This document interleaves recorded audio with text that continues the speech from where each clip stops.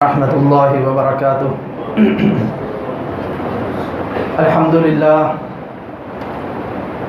للہ الذی ہدانا لہذا وما كنا لنہتدی لولا ان ہدانا اللہ، اما بعد،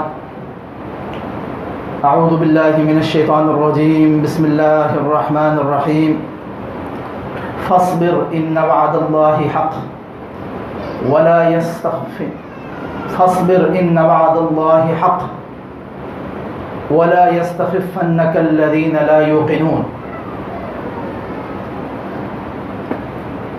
آج کی اس نشست میں بنیادی طور پر قرآن کریم کی ایک خاص اصطلاح استخفاف یا خفت الناس کے حوالے سے اختصار کے ساتھ کچھ باتیں آپ کے سامنے رکھنے کی کوشش کروں گا۔ اس سے پہلے کہ گفتگو شروع کریں، یہ بات واضح کر دینا چاہتا ہوں کہ موضوع کے حساب سے گفتگو قدر خشک اور شاید کچھ ساتھیوں اور کچھ احباب کے لیے ناقابل فہم ہو۔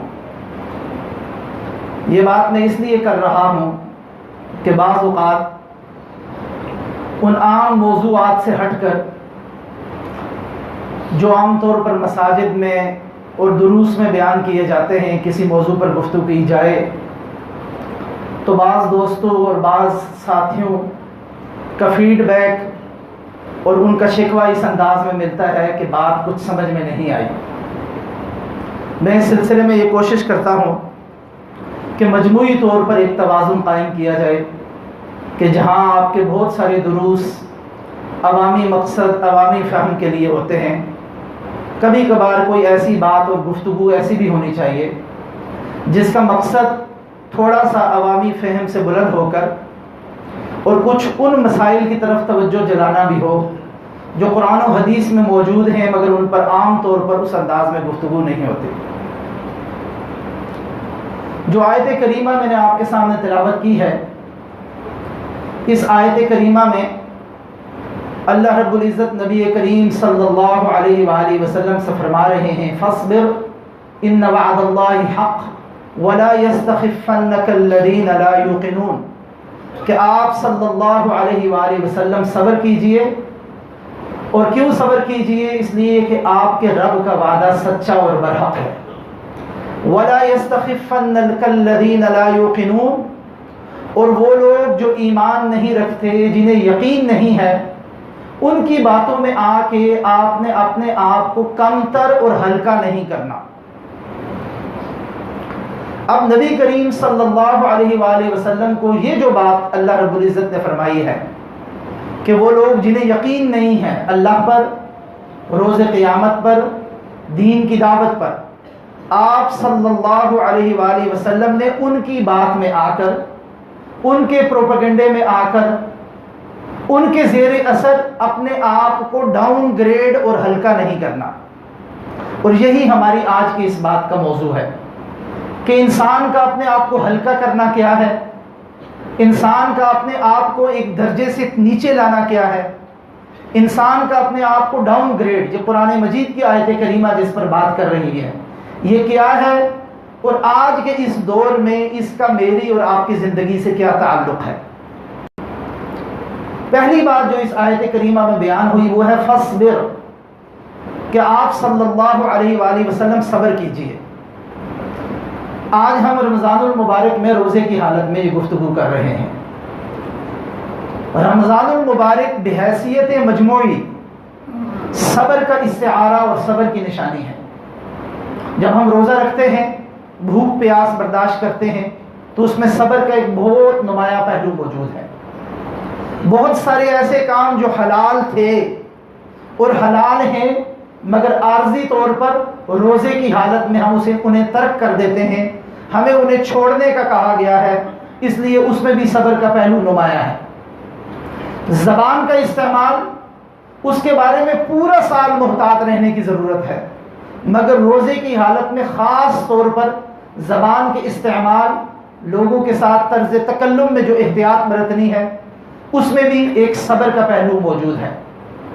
پھر جب ہم رات کو قیام کرتے ہیں تو تمام لوگ ایک جیسے نہیں ہوتے، کچھ لوگ ضعیف ہیں تو وہ تھک جاتے ہیں، کچھ جوان بھی پریکٹس نہ ہونے کی وجہ سے ایک تنگی محسوس کرتے ہیں، اپنی شخصیت میں، اپنی ذات میں ایک انقباض محسوس کرتے ہیں، مگر صبر کر کے مسجدوں میں آتے ہیں اور یہ عبادت بجا لاتے ہیں۔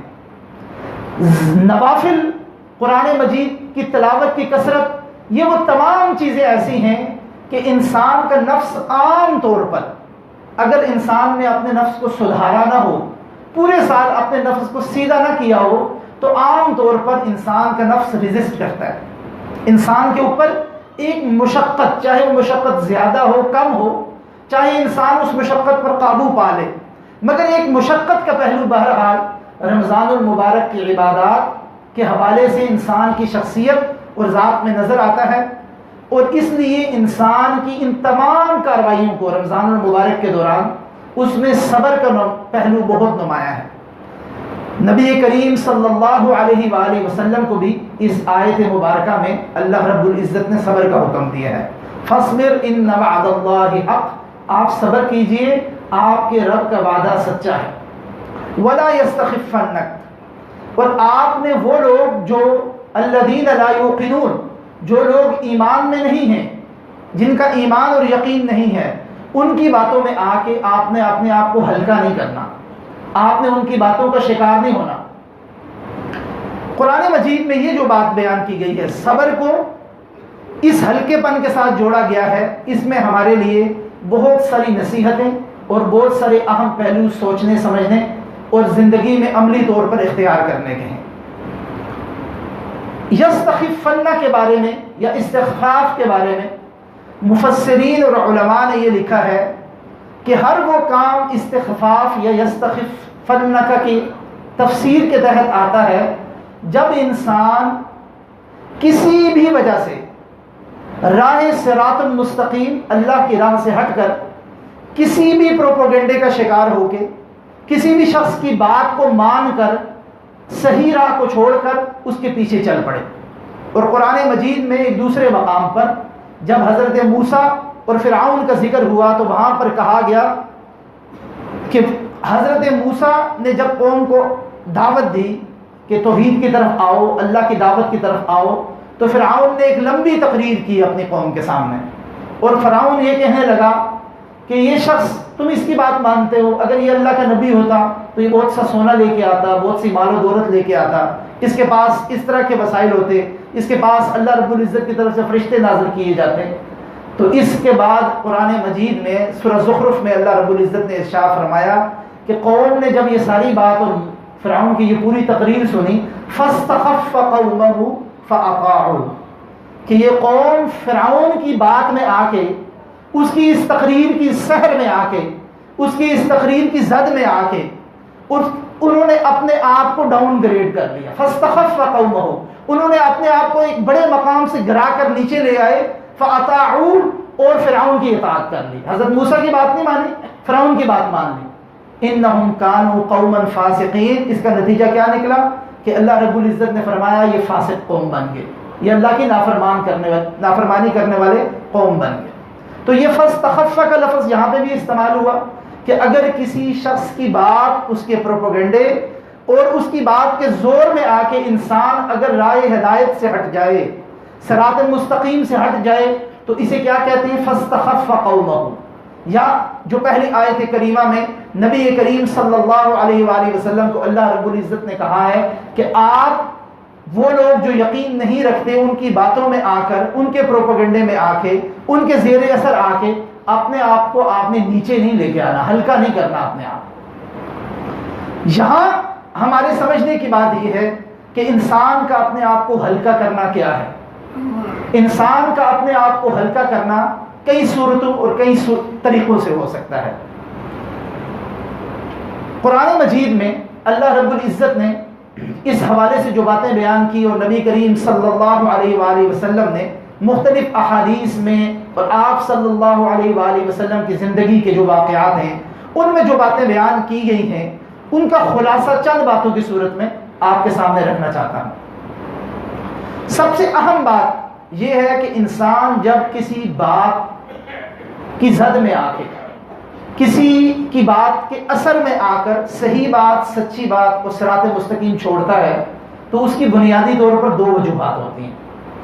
خاص طور پر یہ بات جو میں کرنے لگا ہوں اب آگے، یہ یہاں پر جو ہمارے نوجوان ساتھی موجود ہیں میں ان کی خاص توجہ چاہتا ہوں اس حوالے سے کہ انسان جب صحیح بات کو چھوڑ دے، معاشرے میں یہ چلن عام ہو جائے کہ صحیح اور سچی بات، قرآن و سنت کی بات کو انسان چھوڑ دے تو عام طور پر اس کی دو ہی وجوہات ہوتی ہیں۔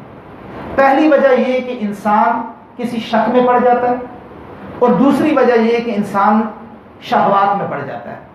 شبہات اور شہوات کہا جاتا ہے اسے۔ صحیح بات کو چھوڑنے کی یہ دو ہی وجوہات ہوتی ہیں، یا شبہات ہوتے یا شہوات ہوتی ہیں۔ اب شبہات کیا ہیں؟ شبہات یہ ہیں کہ انسان کو شک پڑ جائے، انسان کو شک پڑ جائے کہ یہ کام جو میں کر رہا ہوں، کرتا تھا، یا مجھے کوئی بات بتلا رہا ہے، یہ صحیح بھی ہے کہ نہیں ہے۔ یہ شبہات ہیں، انسان کو شک پڑ جائے۔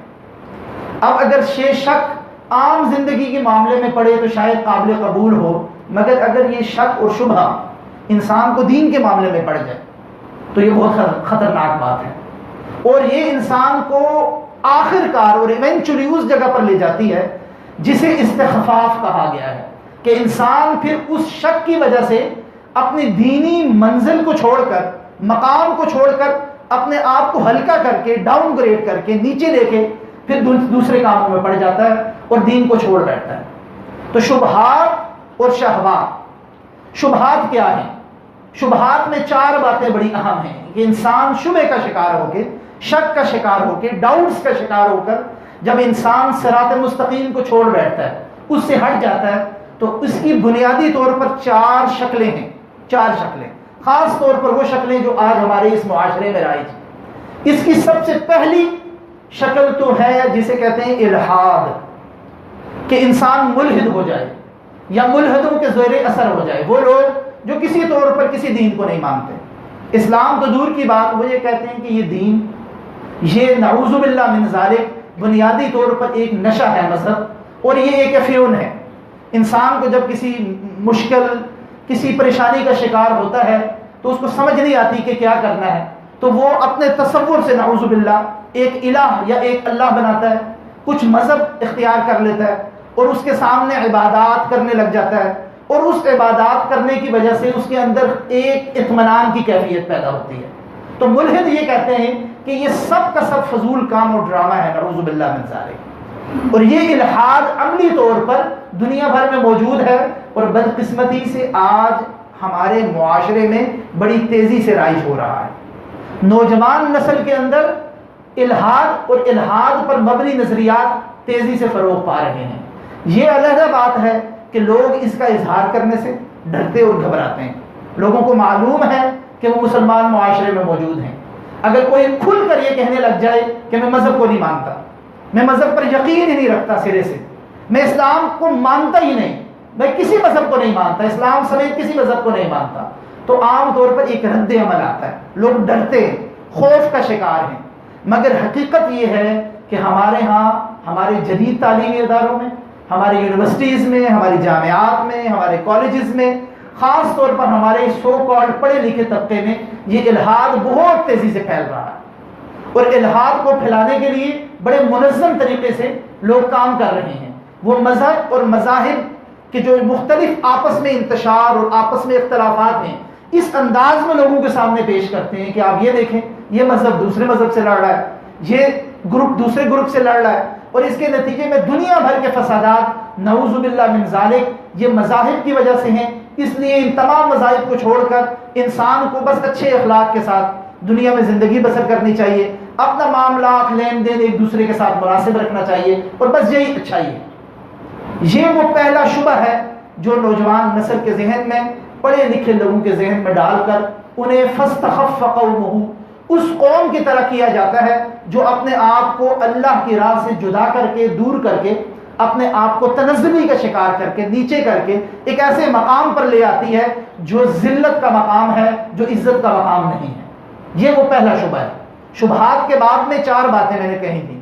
پہلی بات شبہات کے باب میں الحاد، کہ الحاد کے ذریعے، لادینیت کے ذریعے لوگ شبہات کا شکار ہوتے ہیں۔ دوسری بات جس کے ذریعے لوگ بہت زیادہ شبہات کا شکار ہو جاتے ہیں وہ بات ہے جسے ہم یہ کہتے ہیں ماڈرنزم، جدیدیت، کہ آپ مذہب تو نہ چھوڑیں، مذہب کو مانیں کسی حد تک اور یہ کہیں کہ مذہب کی ضرورت بھی ہے، اللہ رب العزت کی ذات موجود ہے، یہ پوری کائنات کسی خالق نے پیدا کی ہے، اس کے اندر مذاہب بھی موجود ہیں، میں اپنے آپ کو مسلمان بھی کہتا ہوں، میں اپنے آپ کو اسلام کے ساتھ وابستہ بھی کرتا ہوں، مگر اس کے باوجود اس کے اندر ایک جدیدیت یا ماڈرنزم کا ایک ایسا پہلو آ جائے جو مذہب کے مزاج سے بالکل مختلف اور یکسر متصادم ہو، اس کے خلاف ہو۔ اب اس کی آگے بہت ساری تفصیلات ہیں، ان تفصیلات میں جانے کا یہ موقع نہیں، مگر بنیادی طور پر ہر وہ بات مذہب کے اندر اور مذہب کے دائرہ کار میں، دین اسلام کے اندر، جو انسان کو ایک جدیدیت کی اس شکل کی طرف لے جائے جو مذہب کی روح سے متصادم ہے، یہ بھی انسان کے اندر بہت سارے شبہات پیدا کرتی ہے، انسان کے اندر بہت سارے ڈاؤٹس پیدا کرتی ہے، انسان کو کتاب و سنت اور صحیح منہج سے ہٹا کر ایک ایسی طرف لے جاتی ہے جس کے نتیجے میں انسان وقت کے ساتھ ساتھ اپنے رب کے دین سے دور ہو کر اپنے رب کی نافرمانی کے راستے پر گامزن ہو جاتا ہے۔ اس میں ہمارے ہاں خاص طور پر آج کل مذہب کے نام پر جو جدیدیت کے عنوانات ہیں، مذہب کے نام پر جو جدیدیت پھیلانے کے طور طریقے ہیں، ان سے خاص طور پر خبردار رہنے کی ضرورت ہے کہ مذہب کی ایسی انٹرپریٹیشنز، مذہب کی اور دین کی ایسی تعبیرات، مذہب اور دین کے حوالے سے اس قسم کی آراء، مذہب اور دین کے نام سے اس قسم کے نظریات پھیلانا جن کا دین کے ساتھ کوئی تعلق نہیں، ان سے بچنے کی ضرورت ہے۔ اور میں بڑی صراحت کے ساتھ بغیر کسی لگی لپٹی رکھنے کے یہ بات آپ کے سامنے رکھتا ہوں کہ مذہب کے حوالے سے ہمارے ہاں یہ جو جدیدیت کے تصورات ہیں، اس میں اور کئی طرح کی شکل اور کئی رنگ ہمارے معاشرے میں موجود ہیں، مگر پچھلے کچھ عرصے سے جو رنگ ہمارے معاشرے میں سب سے نمایاں ہو کر سامنے آ رہا ہے، جسے میڈیا بھی بہت اٹھاتا ہے، وہ جناب جاوید احمد غامدی صاحب کے تصورات ہیں۔ خاص طور پہ ہماری نوجوان نسل، پڑھا لکھا طبقہ جب ان کی گفتگو سنتا ہے، ان کی بات سنتا ہے، انتہائی سنجیدگی کے ساتھ، متانت کے ساتھ، اچھے انداز میں غامدی صاحب گفتگو کرتے ہیں، لیکن نوجوانوں کو اور ہمارے عام طور پر طبقے کو یہ بات سمجھ نہیں آتی کہ ان کی گفتگو کس طرح اہل السنہ والجماعہ کے منہج اور ان کے طریقہ کار سے ہٹی ہوئی اور کٹی ہوئی ہے۔ یہ اس تسلسل کا حصہ نہیں ہے جس تسلسل میں اہل السنہ والجماعہ نے اللہ کے رسول صلی اللہ علیہ وآلہ وسلم سے دین لیا، آپ کے صحابہ سے دین لیا، تابعین اور تبع تابعین سے دین لیا، اور چلتے چلتے وہ دین آج ہم تک پہنچا۔ اس انداز میں کچھ نئی باتیں دین میں داخل کر کے تعبیرات جدیدیت کے نام پر میرے اور آپ کے سامنے پیش کر دی جاتی ہیں کہ ہم نہ سمجھتے ہوئے بھی ان باتوں کو قبول کر لیتے ہیں، ان سے متاثر ہو جاتے ہیں۔ یہاں صرف گفتگو کے اشارے کرنا مقصود ہے، تفصیل اور مسالوں میں جانا موجود نہیں، صرف نوجوانوں کے سامنے مسالوں کے طور پر، کچھ اشاروں کے طور پر بات رکھنا چاہتا ہوں کہ شبہات میں پڑھ کر انسان جب اپنا دین کھوتا ہے تو اس کی پہلی صورت، جیسا میں نے پہلے کہا، الحاد ہے، اور اس کی دوسری صورت یہ جدیدیت ہے۔ اس کی تیسری صورت وہ ہے جسے ہمارے ہاں تصوف یا جسے ہمارے ہاں بدعات اور خرافات کا نام دیا جاتا ہے۔ میں معذرت کے ساتھ دوبارہ یہ کہوں گا کہ میں نے تصوف اور بدعات اور خرافات کو اکٹھا جمع کر کے یہاں پر آپ کے سامنے رکھا ہے۔ کیوں؟ اس لیے کہ اس بحث سے قطع نظر کہ تصوف کا اصل مفہوم کیا ہے، تصوف اور احسان میں کوئی فرق ہے یا نہیں ہے، احسان جو حدیث میں بیان ہوا ہے یہ صحیح لفظ ہے یا تصوف کا لفظ صحیح ہے، اس بحث کو ایک منٹ کے لیے سائڈ پہ رکھ دیجیے۔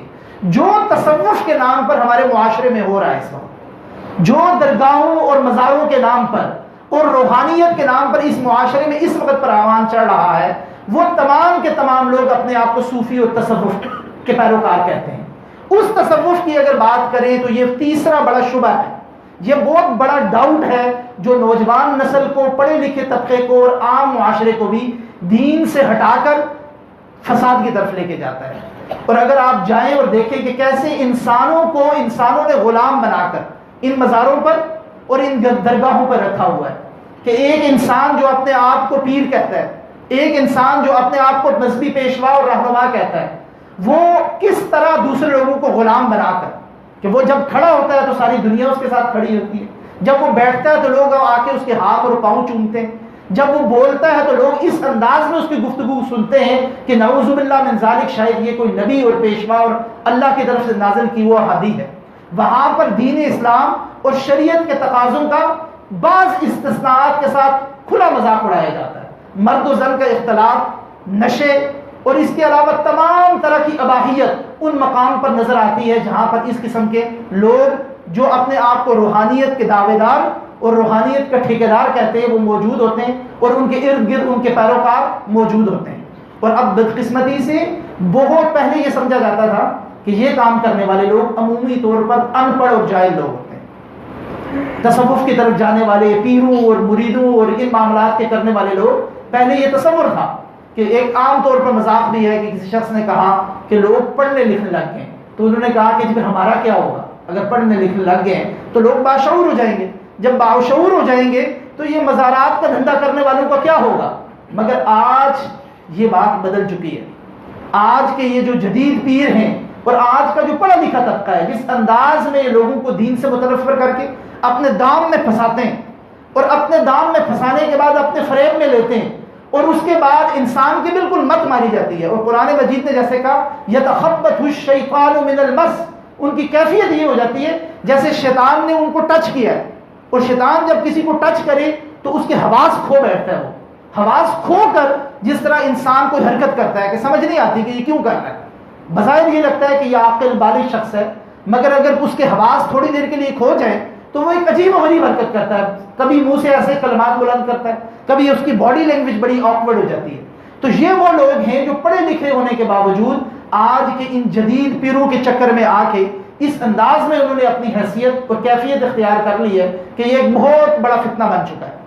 اور اس سے پہلے بھی اس موضوع پر میں بعض اوقات گفتگو کر چکا ہوں کہ خاص طور پہ یہ جو بڑا فتنہ بدعات، خرافات اور صوفیزم کا جو فتنہ ہے، یہ کوئی معمولی اور چھوٹی اور مقامی بات نہیں، اسے بین الاقوامی قوتوں کی سرپرستی حاصل ہے کہ کس طرح مسلمان معاشروں میں تقسیم در تقسیم کر کے صحیح عقیدے کے لوگوں کو بالکل علیحدہ کر دیا جائے، انہیں بالکل ختم کر دیا جائے، انہیں آئسولیٹ کر دیا جائے، اور اس کے نتیجے میں ایک عوامی اسلام کے نام پر، ایک پاپولر اسلام کے نام پر تصوف کے ان مختلف گروپوں اور گروہوں کی سرپرستی کی جائے اور انہیں معاشرے میں پروموٹ کیا جائے۔ یہی وجہ ہے آپ یہ دیکھیں گے کہ اس قسم کی خرافات کا اظہار کرنے والے، ان کو پروموٹ کرنے والے لوگوں کے پیچھے میڈیا بھی موجود ہے، ان کے پیچھے وسائل بھی موجود ہیں، ان کے پیچھے بڑے بڑے ادارے بھی کھڑے ہو جاتے ہیں، اور ان کے پیچھے ایسے ایسے لوگ ان کے پیروکار بننے کے لیے جاتے ہیں کہ معاشرے میں عام لوگ دیکھ کر کہتے ہیں کہ یار کچھ ہوگا تو ہوگا، لوگ جاتے ہیں نا،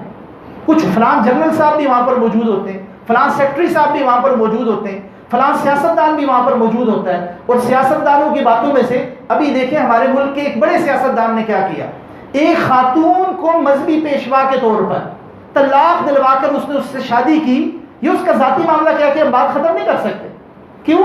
اس لیے کہ یہ معاملہ ذاتی اس وقت تک ہوتا جب تک یہ معاملہ پبلک ڈومین میں نہ آتا، واضح طور پر یہ کہہ کے کہ یہ ایک مذہبی پیشوا ہے، اور اس مذہبی پیشوا کے عقیدے میں جو خرافات موجود ہیں، عقیدے کے اندر جو کجی موجود ہے، عقیدے کے اندر جو کمی کوتاہی اور برائی موجود ہے، اس کا یہ نتیجہ اب یہ پوری قوم بھگتے گی، نعوذ باللہ من ذالک۔ تو یہ معاملات اب یہاں تک اور اس سطح تک پہنچ چکے ہیں۔ تو شبہات کے بعد میں یہ جو تیسری بات یہ ہے، پہلی بات الحاد، دوسری بات جدیدیت، اور تیسری بات یہ جس میں انسان بدعات، خرافات اور صوفیزم کا شکار ہو کر دین کے حوالے سے ایسے نظریات کو اپنا لیتا ہے جس کا دین سے کوئی تعلق نہیں ہوتا۔ اور چوتھی بات جو خاص طور پر مسجدوں اور مدارس میں آنے والے لوگوں کے لیے اور اپنے آپ کو صحیح عقیدے سے وابستہ رکھنے والے لوگوں کے لیے خاص طور پر بڑی الارمنگ اور سوچنے کی بات، اور وہ کیا ہے چوتھی بات جو شبہات کی طرف لے کے جاتی ہے، وہ ہے انتہا پسندی۔ انتہا پسندی، تطرف۔ اسلام بنیادی طور پر اعتدال اور توازن کا نام ہے، یہ بات اچھی طرح ذہن نشین کر لیں کہ اسلام بنیادی طور پر اعتدال اور توازن کا نام، اس کے اندر کسی بھی طریقے کی کوئی انتہا پسندی اور تطرف موجود نہیں ہے۔ اگر کوئی بات اسلام کے اندر کوئی شخص ایسی کرتا ہے جو انسان کو تشدد اور انتہا پسندی کی طرف لے کے جائے، تو آپ کو فوراً آپ کے دماغ میں ایک الارم بجنا چاہیے کھٹکنا چاہیے. کیوں؟ اس لیے کہ اسی آیت کریمہ جو میں نے شروع میں آپ کے سامنے تلاوت کی کہ نبی کریم صلی اللہ علیہ وسلم کو فرمایا فاصبر ان وعد اللہ حق. حضرت علی رضی اللہ تعالی اس آیت کریمہ کی جو تفسیر ہے، اس میں تفسیر ابن کثیر اور باقی تمام تفاسیر میں محدثین نے ایک واقعہ نقل کیا اور بہت خوبصورت واقعہ ہے اور میرے اور آپ کے سمجھنے کا واقعہ ہے. وہ واقعہ یہ ہے کہ حضرت علی رضی اللہ تعالی عنہ نماز ادا کر رہے تھے. آپ کو نماز پڑھتے دیکھ کر ایک خارجی آیا. اب خارجی کون تھا؟ خوارج کون تھے؟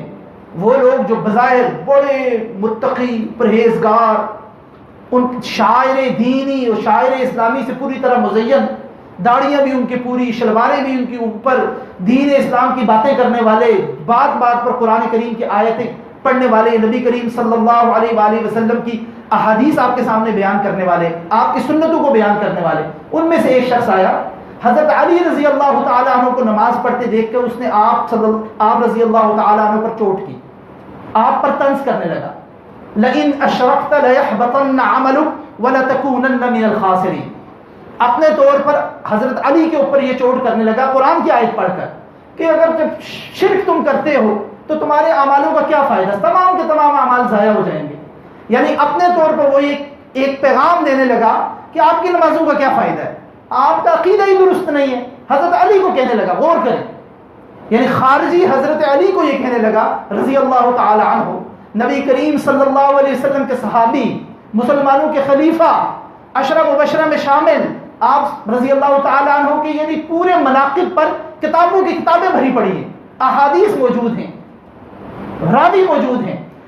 یہ خارجی حضرت علی رضی اللہ تعالی عنہ کو کیا کہنے لگا لئن اشرکت لیحبطن عملک ولتکونن من الخاسرین، کہ شرک کرنے والوں کے اعمال کا کیا اعتبار، یہ سب کے سب برباد اور ضائع ہو جائیں گے.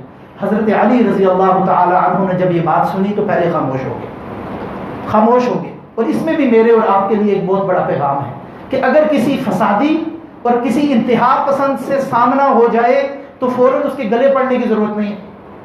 حضرت علی رضی اللہ تعالی عنہ علم کا پہاڑ، مگر اس کے باوجود پہلے آپ خاموش ہو گئے.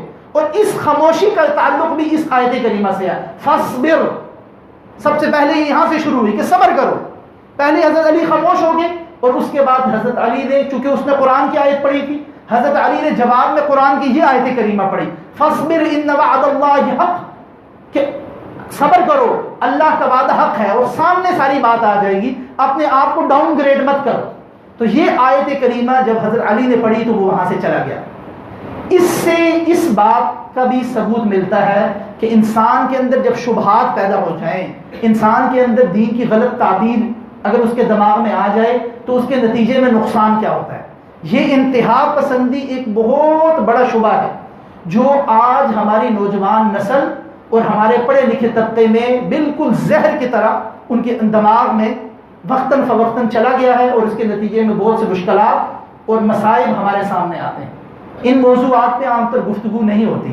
میں آپ کے ساتھ صراحت کے ساتھ یہ بات رکھنا چاہتا ہوں کہ ہم یہاں پر ممبر پہ بیٹھ کے مساجد کے کام، دین کے کام سے وابستہ ہو کر کتنی باتیں اپنی آنکھوں سے دیکھتے اور اپنے نوجوانوں کے بارے میں سنتے ہیں، اور اللہ اکبر میں اللہ کو گواہ بنا کر صرف اس حکمت اور صرف اس درد کے ساتھ یہ بات آپ کے سامنے رکھ رہا ہوں کہ آپ خود بھی یہ بات سمجھیں، اپنی اولادوں کو بھی یہ بات سمجھائیں، اپنے گھروں میں بھی یہ بات لے کے جائیں، اپنے دوستوں میں یہ بات لے کے جائیں کہ ایک دن یہ پتہ چلتا ہے کہ اچانک فلاں بہت اچھا نوجوان جو دین کا کام کرتا تھا، مسجد میں آتا تھا، مسجد کے کام کرتا تھا، بڑا ایکٹیو تھا، وہ اس کے اندر بڑی انرجی موجود تھی، غائب ہو گیا. کہاں غائب ہو گیا کچھ پتہ نہیں. 4 مہینے 5 مہینے سال 2 سال، اس کے بعد کیا پتہ چلا کہ نوجوان القاعدہ میں شامل ہو گیا، داعش میں شامل ہو گیا. یہ میرے اور آپ کے اس معاشرے میں ہو رہا ہے، اور یہ اس معاشرے کی کہانیاں ہیں. ہم ان پر گفتگو نہ کریں تو یہ ایک دوسری بات ہے، مگر یہ وہ انتہا پسندی ہے جو دین کے کام میں وہ شبہ پڑ جاتا ہے. ایک شبے کا انتہا ہے الہاد، دین کو ہی چھوڑ دیں. شبے کی دوسری انتہا یہ ہے کہ آپ دین کی اس تعبیر پہ چلنا شروع کر دیں، دین کے اس تعبیر اور اس انٹرپریٹیشن کو قبول کرنا شروع کر دیں جو منہج اہل سنہ والجماعہ سے ہٹی ہوئی ہے. اہل سنہ والجماعہ نے کبھی اس چیز کو اپروو نہیں کیا. اور نبی کریم صلی اللہ علیہ وآلہ وسلم کی وہ حدیث جو بار بار یہاں منبر سے بیان ہے، حذیفہ بن یمان کی مشہور حدیث کہ جس میں انہوں نے کہا کہ لوگ نبی کریم صلی اللہ علیہ وآلہ وسلم سے اچھائی کے بارے میں پوچھتے تھے، میں ان سے قرید کر شر کے بارے میں پوچھتا تھا. اس حدیث میں جو بات بیان ہوئی کہ جب حضرت حذیفہ نے بار بار آپ سے پوچھا تو اس کے بعد کیا ہوگا، اس کے بعد کیا ہوگا، تو ایک موقع پر نبی کریم صلی اللہ علیہ وآلہ وسلم نے فرمایا اس کے بعد ایک وقت ایسا آئے گا جب دعات ابواب الجہنم، جہنم کے دروازے پر کھڑے ہو کر جہنم کی طرف دعوت دینے والے پکاریں گے، لوگوں کو دعوت دیں گے. یعنی ایسے داعی، ایسے نام نہاد اہل علم، اپنے آپ کو مبلغ کہنے والے، بظاہر دین کا کام کرنے والے، وہ جہنم کے دروازے کے رکھوالے بن جائیں گے، دروازے پر کھڑے ہو جائیں گے، اس کے چوکیدار ہوں گے اور وہاں کھڑے ہو کے آواز لگائیں گے آؤ جہنم کی طرف، آؤ جہنم کی طرف، آؤ جہنم کی طرف. اور لوگ ان کی بات کو قبول کر کے جہنم کی طرف آئیں گے اور جو ان کی طرف آئے گا اس کو جہنم میں داخل کر دیا جائے گا. یہ حدیث مبارکہ حذیفہ بن یمان کی حدیث میں یہ بات موجود ہے. جب نبی صلی اللہ علیہ وآلہ وسلم نے یہ بات کہی کہ اس طرح داعی ہوں گے، بلانے والے ہوں گے جہنم کی طرف، تو آپ سے حیرت سے پوچھا گیا کہ ان کی کیا نشانی ہوگی، وہ کیسے لوگ ہوں گے. تو آپ صلی اللہ علیہ وسلم نے فرمایا نہ ان کے سر پر سینگ ہوں گے، نہ وہ عجیب و غریب ہوں گے، وہ کوئی ایلین مخلوق نہیں ہوگی، وہ میری اور آپ کی طرح، ہماری طرح کی زبانیں ہوں گی، ہماری طرح کے ان کے لباس ہوں گے، ہماری طرح کے ان کے چہرے ہوں گے، ہماری طرح کی ان کی چمڑیاں ہوں گی. غرض یہ کہ وہ بالکل ہماری طرح کے ہوں گے، مگر اس کے باوجود ان کے عقیدے میں ایسی کجی ہوگی. وہ دین کے نام پر، دعوت کے نام پر، تبلیغ کے نام پر، دین کے کام کے نام پر اس طرح لوگوں کو بلائیں گے کہ وہ اہل السنہ والجماعہ کے طریقے سے ہٹ کر ایسے فساد کی طرف، ایسے انتشار کی طرف اور ایسی انتہا پسندی کی طرف مائل ہوں گے کہ ان کا آخر میں نتیجہ یہ نکلے گا کہ ان کو پکڑ کے جہنم میں داخل کر دیا جائے گا. اللہ رب العزت ہمیں اس سے بچائے. یہ ایک معاشرے میں فساد بہت تیزی سے پھیل رہا ہے. اس کے لیے سب سے پہلی اور اہم اور بڑی بات یہ ہے کہ اس کے بارے میں ہم گفتگو کریں، اپنے نوجوانوں کو اس کے حوالے سے خبردار کریں. اور میں خاص طور پر بار بار نوجوانوں کا نام اس لیے لے رہا ہوں کہ ان کے اندر ایک ٹینڈنسی ہوتی ہے، ان کے اندر کام کرنے کا جذبہ ہوتا ہے، وہ کچھ کرنا چاہتے ہیں، ان کے اندر جذبات ہوتے ہیں، وہ دین کے کام میں آگے بڑھنا چاہتے ہیں. اور جب یہ دیکھتے ہیں کہ کچھ معاملات میں نتائج سامنے نہیں آ رہے تو فوراً اس قسم کی انتہا پسندی کی طرف، اس قسم کے کاموں کی طرف، اس قسم کے گروہوں کی طرف، اس قسم کی تنظیموں کی طرف مائل ہوتے ہیں. اور یہ وہ ہے جسے نبی کریم صلی اللہ علیہ وآلہ وسلم کی طرف اللہ رب العزت نے پیغام ڈائریکٹ کر کے کہا کہ فاصبر ان وعد اللہ حق، آپ صبر کیجئے، نتیجہ آپ کے ہاتھ میں نہیں ہے، نتیجہ آپ کے ہاتھ میں نہیں ہے. لیکن ایک بات آپ کو معلوم ہونی چاہیے، ان وعد اللہ حق، آپ کے رب کا وعدہ حق ہے، سچا ہے. اگر نتیجہ آپ کے سامنے نہیں آ رہا تو اس کا نتیجہ یہ نہیں ہے کہ آپ کو خفیہ سازش کرنے لگ جائیں، اس کا نتیجہ یہ نہیں ہے کہ آپ چھپ کر کوئی ایک ایسی تنظیم اور نیٹ ورک بنائیں جس کے نتیجے میں معاشرے میں فساد پیدا کریں اور جس کے نتیجے میں معاشرے میں لوگوں کو قتل کرنا شروع کریں، جس کے نتیجے میں آپ یہ کہیں کہ سب کچھ طاغوت اور سب کچھ کفر ہے. اس پورے نظام کو تلپٹ کرنے کی اور ملیا میٹ کرنے کی ضرورت ہے اور آپ لوگ ایک دوسرے کی گردنیں مارنا شروع کر دیں. یہ فساد اور سراسر فساد ہے. یہ وہ انتہا پسندی ہے جو انسان کے دماغ میں شبہ کی وجہ سے آتی ہے. تو شبہات کے بعد میں یہ چار باتیں میں نے آپ کے سامنے رکھی. پہلی بات کہ شبہ انسان کو پڑتا ہے اس وقت جب انسان الحاد کی طرف راغب ہوتا ہے. دوسرا شبہ انسان کو اس وقت پڑتا ہے جب انسان جدیدیت کے غلط نظریات سے متاثر ہوتا ہے. تیسری وجہ شبہ پڑنے کی، ڈاؤٹس پڑنے کی دین کے حوالے سے انسان کے دماغ میں یہ ہے کہ جب انسان بدعات، خرافات اور نام نہاد صوفیزم کی طرف مائل ہوتا ہے. اور چوتھی بات یہ کہ جب انسان تشدد اور انتہا پسندی کی ان صورتوں کی طرف مائل ہوتا ہے جن کا اہل السنہ والجماعہ کی پوری تاریخ میں کوئی نظیر اور کوئی مثال اور کوئی شکل نہیں ملتی. یہ چار باتیں جو انسان کو شبہات کی طرف لے کے جاتی ہیں. اور شبہات سے بچنے کی ایک ہی طریقہ ہے. یہ باتیں تو چار ہیں کہ چار وجوہات کی بنیاد پر ہوتا ہے. شبہات سے بچنے کا ایک ہی طریقہ ہے اور وہ طریقہ کیا ہے؟ علم. شبہات سے بچنے کا طریقہ ہے علم. اور اس کو علم کو ہی مفسرین نے لکھا ہے الصبر بالعلم، کہ یہ جو کہا گیا نا فاصبر ان وعد اللہ حق، کہ آپ صبر کیجئے، اللہ کا وعدہ سچا ہے. تو یہاں مفسرین نے لکھا ہے صبر، شبہات جب پڑ جائیں تو صبر کا طریقہ یہ ہے کہ الصبر بالعلم، کہ علم کے ذریعے صبر کیا جائے، علم کو پکڑا جائے، علم حاصل کیا جائے. کیونکہ جب علم انسان کو ملے گا، میسر آئے گا، تو انسان کے یہ شبہات دور ہوں گے، چھٹ جائیں گے، انسان کو کلیئرٹی آئے گی، اس کو بات سمجھ آنے کی کوشش ہوگی. اب یہ علم کہاں سے ہوگا؟ اس علم کا سب سے بڑا منبع سب سے بڑا ماخذ علماء ربانیین کے ساتھ بیٹھنا اور ان کی صحبت اختیار کرنا ہے۔ سب سے بڑا علم کا منبع اور ماخذ علماء ربانیین۔ اور علماء ربانیین کون ہیں؟ وہ علماء جو اہل السنہ والجماعہ کے منہج پر ہیں، وہ علماء جو اہل السنہ والجماعہ کے منہج پہ ہیں۔ اور میں بار بار یہ بات اہل السنہ والجماعہ کا منہج کہہ رہا ہوں۔ اہل السنہ والجماعہ کیا ہے؟ اہل السنہ والجماعہ وہ ہے جو قرآن و سنت سے استدلال کرتے ہیں۔ اہل السنہ والجماعہ وہ ہے جو لوگوں کی تکفیر نہیں کرتے، ان کو کافر کافر چھوٹی چھوٹی باتوں پر ان کے خلاف فتوے نہیں دیتے۔ اہل السنہ والجماعہ وہ ہیں جو نصیحت پر یقین کرتے ہیں، بغاوت پر یقین نہیں کرتے، جو معاشرے میں ڈنڈا لے کے نہیں نکل جاتے، جو اپنے حکمرانوں کو بھی اور اپنے معاشرے میں موجود لوگوں کو بھی ان کے غلط کاموں پر نصیحت کرتے ہیں، اور جہاں پر نصیحت عام کرنی چاہیے عام نصیحت کرتے ہیں، جہاں پر نصیحت خفیہ کرنی چاہیے کہ یہ حکمت کا تقاضا ہے وہاں خفیہ طریقے پہ نصیحت کرتے ہیں۔ اور حتیٰ کہ اہل السنہ والجماعہ کے موقف میں علماء نے یہاں تک یہ بات لکھی ہے کہ اگر آپ یہ دیکھیں کہ آپ کا کوئی حاکم کسی غلط کام پر آمادہ ہے اور کر رہا ہے، اور اگر آپ اس کو وہاں پر ٹوکیں تو اس کے نتیجے میں آپ کو خطرہ یہ ہوگا کہ یہ مزید فساد پھیلائے گا، یہ اس کو اپنی انا کا مسئلہ بنا لے گا، تو آپ وہاں پر اس کو نصیحت نہ کریں۔ نصیحت کریں ضرور، مگر ایسے مقام پر جا کے نصیحت کریں جہاں اس کی انا کو چوٹ نہ لگے۔ کیوں؟ اس لیے اگر اس کی انا کو چوٹ لگی اپنے آپ کو تو ہلاکت میں ڈالے گا ہی ڈالے گا، پورے معاشرے کو ہلاکت میں ڈالے گا۔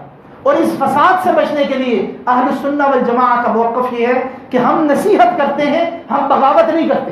یہ ایک بہت اہم بات ہے کہ ہم نصیحت کرتے ہیں، ہم بغاوت نہیں کرتے، اور یہ وہ آخری انتہا پسندی کی بات سے بھی جڑی ہوئی یہ بات ہے۔ تو اہل السنہ والجماعہ کے موقف پر اور اس منہج پر جو علماء ربانیین ہیں ان کی صحبت اختیار کی جائے تو انسان ان شبہات سے بچتا ہے۔ 4 شبہات جن کا میں نے ذکر کیا، اس کا اہتمام کیجئے۔ اور اس اہتمام میں ایک چھوٹی سی بات میں دوبارہ اپنے نوجوانوں کے گوش کو ظاہر کروں۔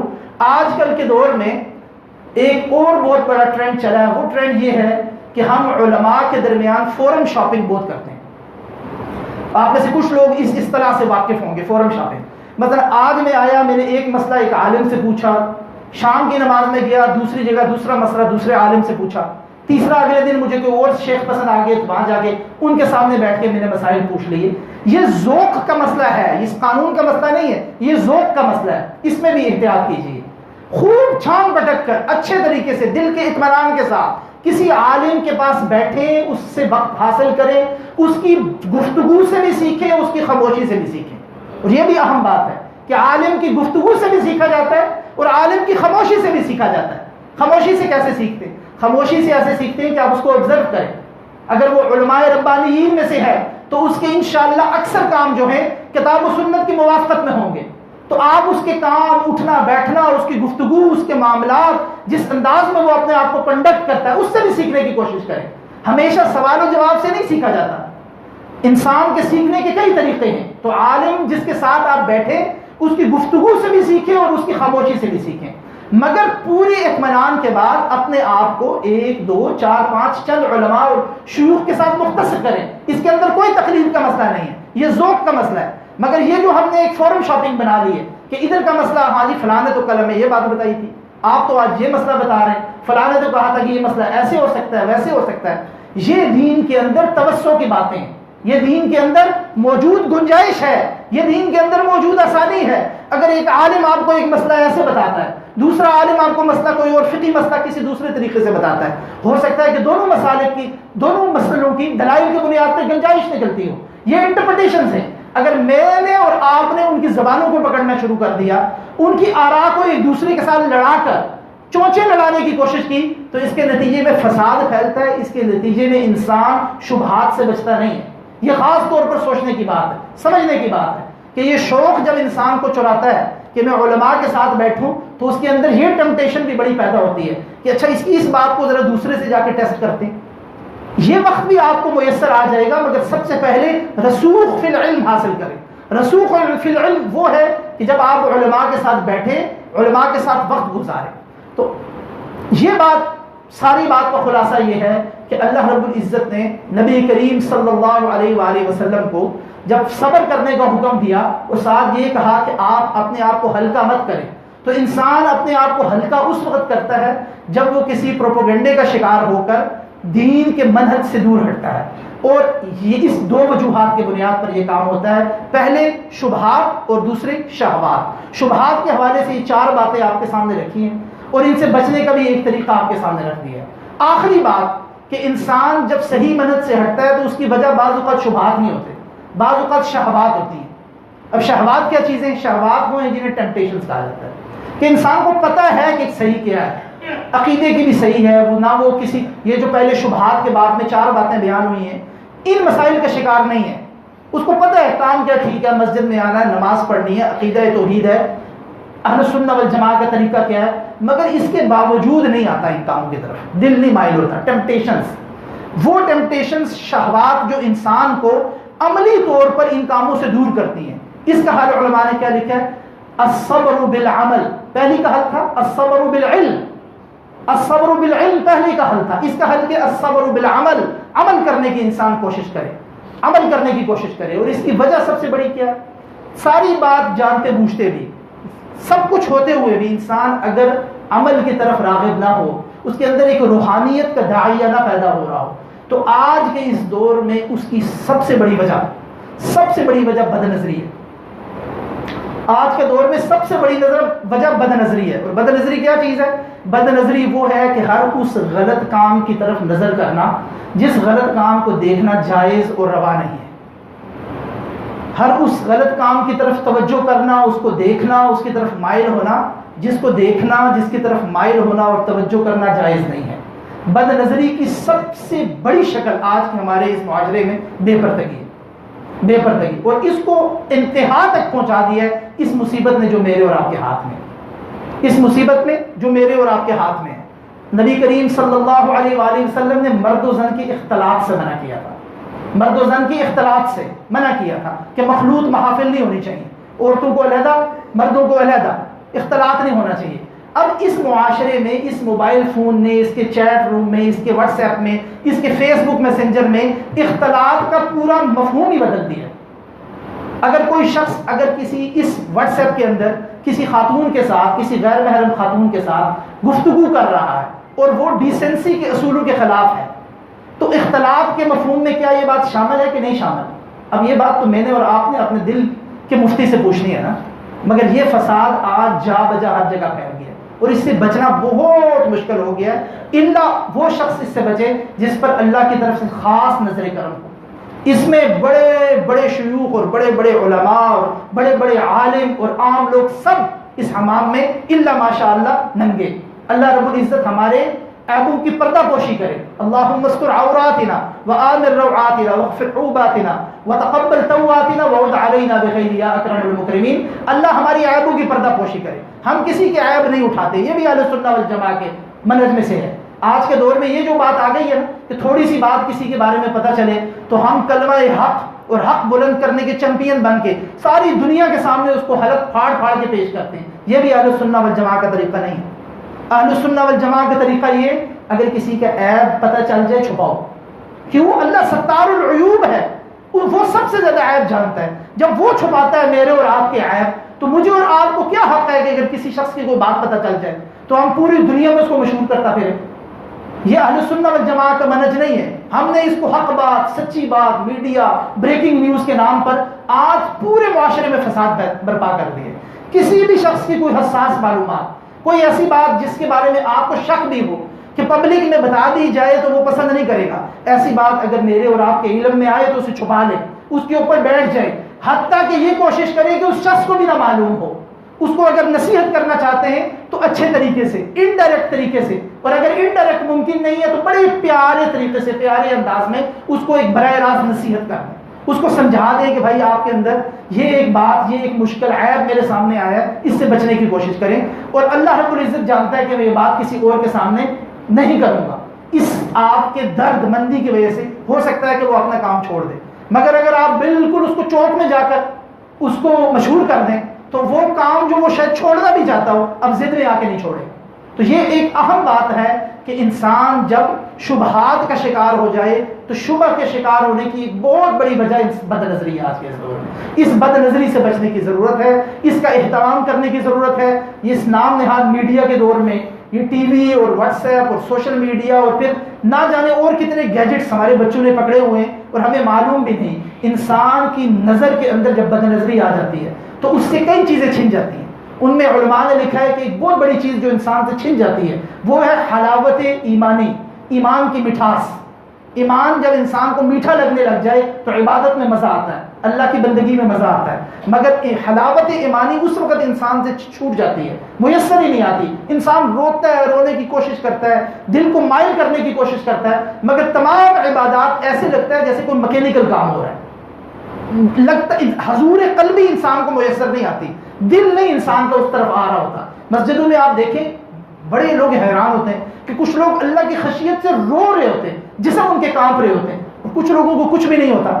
یہ میرے جیسے لوگ جن کو کچھ بھی نہیں ہوتا، یہ ان کے لیے غور و فکر کی بات ہے کہ ایمان کی یہ مٹھاس، ایمان کی یہ حلاوت، اللہ رب العزت کا یہ خوف جس سے انسان کی آنکھ سے قطرہ بہے، جس سے انسان کا جسم لرز جائے، یہ ہمیں کیوں نہیں میسر آتی؟ اللہ رب العزت کا شکر ہے کہ وہ ہمیں یہاں تک لے آتا ہے، ان محافل میں بٹھاتا ہے، مگر اس سے آگے معاملہ کیوں نہیں جاتا؟ اس کی ایک بہت بڑی وجہ علماء نے لکھی ہے، وہ یہ ہے کہ بد نظری، کہ انسان جب بد نظری کا شکار ہو جاتا ہے تو ایمان کی مٹھاس ختم ہو جاتی ہے. اور دوسری بات اس حوالے سے جو لکھی ہے وہ یہ کہ بد نظری کا شکار انسان اللہ کے سامنے گڑ گڑاتا رہتا ہے، دعائیں مانگتا رہتا ہے، مگر اس کی دعائیں اللہ رب العزت قبول نہیں کرتا. یہ وبال پڑتا ہے بد نظری کا انسان کے اوپر. اور بد نظری کے اور کئی وبال ہیں، انسان کی نسلوں میں منتقل ہوتے ہیں، انسان کی نسلوں میں چلے جاتے ہیں یہ وبال. اس سے بچنے کی ضرورت ہے، اور بد نظری سے بچ کر اور اس شہوات سے بچنے کا سب سے اہم طریقہ یہ ہے الصبر بالعمل، کہ انسان اپنے آپ کو چاہے جبر کے تحت ہی کیوں نہ ہو عمل کی طرف راغب کرے، عمل کی طرف لے کے آئے. 10 نفل نہیں پڑھ سکتا تو 2 پڑھنے کی کوشش کرے، 2 نہیں پڑھ سکتا تو مسجد میں آگے بیٹھ جائے. دعا ہاتھ اٹھا کے مانگنے کا دل نہیں کرتا تو دعا مانگنے والوں کے ساتھ بیٹھ جائے. انسان ہسپتالوں میں جائے اور دیکھے کہ لوگ کیسے بلک رہے ہیں، کس طرح کے مصائب اور مصیبت اور پریشانیوں کا شکار ہے. کس کوئی وجہ ہو یا نہ ہو، اپنا کوئی پیارا وہاں موجود ہو یا نہ ہو، انسان قبرستان جائے، قبرستان میں کچھ وقت گزارے اور دیکھے کہ دنیا میں میرے سے بھی بڑے لوگ موجود تھے. ایسے ایسے لوگ موجود تھے جو یہ سمجھتے تھے کہ اگر ہم دنیا سے چلے جائیں گے تو پورا نظام ختم کر دیا جائے گا، مگر آج ان قبر کے گھڑوں میں پڑے ہوئے ہیں اور دنیا کا نظام پہلے سے بھی اچھا اور خوبصورت چل رہا ہے. ایسی جگہوں پر جانے سے، غور و فکر کرنے سے، تدبر کرنے سے، اور پھر وہی بات علماء ربانیین کے ساتھ بیٹھنے سے، ان کی خاموشی سے سیکھنے سے انسان کے اندر عمل کا داعیہ پیدا ہوتا ہے، انسان کے اندر عمل کی خواہش پیدا ہوتی ہے. انسان کے دل میں یہ آتا ہے کہ اچھا میں بھی یہ کام کرنے کی کوشش کرتا ہوں. شاید آہستہ آہستہ انسان جب عمل کی طرف آتا ہے تو ان چیزوں سے نکل جاتا ہے جو انسان کو شہوات میں ڈال کر دین سے دور کرتی ہیں. اللہ رب العزت سے دعا ہے کہ وہ صبر کے اس مفہوم کو اور انسان کی شخصیت کو بلند کرنے کے اس مفہوم کو، جب انسان یہ کام کرتا ہے تو اس کی شخصیت بلند ہوتی ہے، جب انسان یہ چھوڑتا ہے تو اس کی شخصیت گرتی ہے، اس کی شخصیت نیچے آتی ہے، اس کی شخصیت کے اندر ایک تذلیل کی کیفیت پیدا ہوتی ہے. اللہ رب العزت سے دعا ہے کہ وہ ہمیں اپنی شخصیت کو اپ لفٹ کرنے کی توفیق عطا فرمائے، اس کو اوپر لے جانے کی توفیق عطا فرمائے، شخصیت کو رفعتیں حاصل کرنے کی توفیق عطا فرمائے، اور ہمیں ہر طرح کے شبہات اور شہوات سے بچا کر صراط المستقیم پر چلا کر اہل السنہ والجماعہ کے منہج کے ساتھ چلنے کی توفیق عطا فرمائے. سبحانک اللہم و بحمدک، اشہد ان لا الہ الا انت، سبحانک، استغفرک و اتوب الیک.